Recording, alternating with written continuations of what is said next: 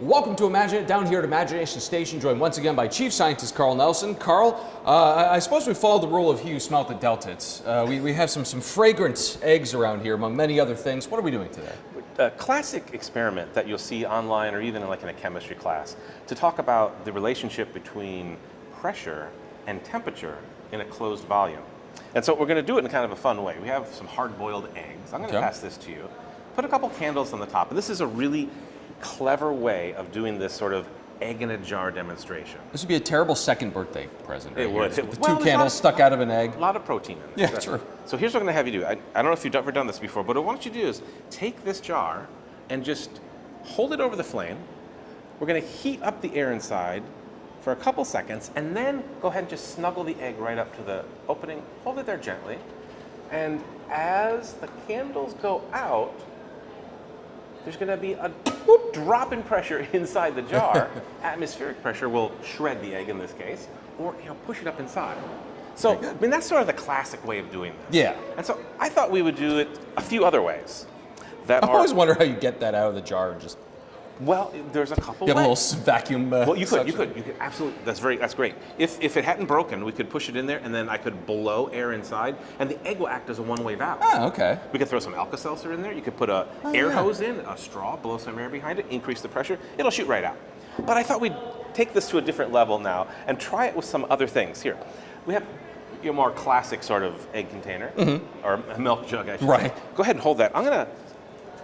This is how my chemistry teacher did it a long time ago, right? You would take some paper and you would get it burning and then just go ahead and drop it in there. Go ahead, put the egg on.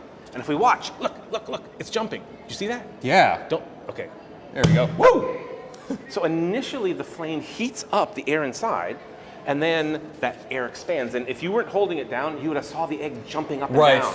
You could hear it almost like a little pressure cooker thing The going on. gas is coming out, right, as it expands. And then, here, Dan, grab another egg while I light this in a... Probably shouldn't take the one directly into the burning paper. All right, let's try this. Go ahead and stick it on there now. Just let it sit there.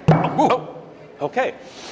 Let's do it again. Smaller container, but about the same lip, about the same diameter. That happened really fast. What I was hoping for was for it to go a little bit slower.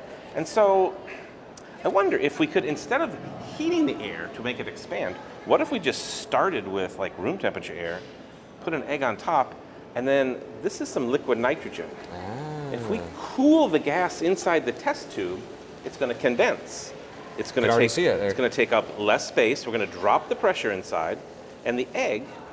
Now this is what's cool, right? So it goes in, but now to your question of how do you get it out, we'll just heat it up a little bit.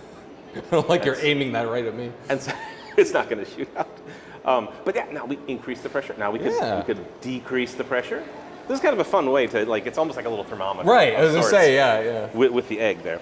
Now, one thing I thought that would be kind of fun, Dan, would be to do this really big container here. Okay. So, let's see, you choose. Let's say, this is already too big for the eggs, so I imagine this what this is for. So, you can choose whatever you want. I've got a silly thing here, or a glove. Oh, come on, we got to go for the silly thing. All right, so I will get this going and burning.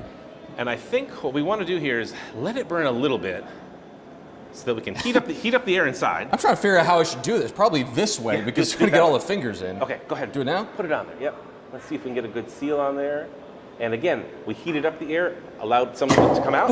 Whoa! Okay, that did not happen in practice, but that shows you the amount of pressure that's going in. Right. It was enough to shred that glove. So just a couple different fun ways that you can do the classic egg in a jar demonstration. I really like the egg in the test tube. Yeah, that's a really cool where you kind of have the slight differences, but it's making a big difference in how that's all coming out. And you have a very frozen egg in a second here. It's dropping right into the liquid nitrogen. That's fine. Oh, look at that. Yeah, yeah, really cool stuff. Pops right out. Voila. Cool stuff. All right. Dan, that's Carl. That is how you imagine it.